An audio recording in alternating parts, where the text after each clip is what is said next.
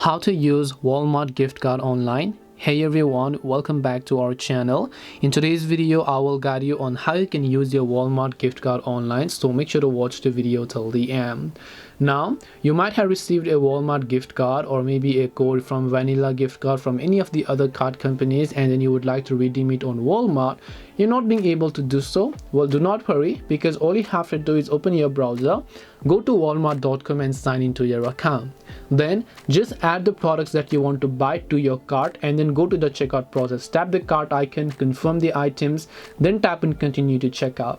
Now when you go to the checkout process, you might actually search for the gift card option, but as you can see there is no any option to enter the gift card code. But the thing you have to understand is that on Walmart, any type of code can be entered here in this payment method page. So here you can see payment method, and one of the options that they have here is a little gift card. I'm not sure if it's visible on camera, but here you can see the gift card logo, which means that this box over here which says card number also accepts gift card code. So now what you got to do is just make sure to enter the gift card code here and then just tap the continue option, and then your gift card code will get successfully redeemed.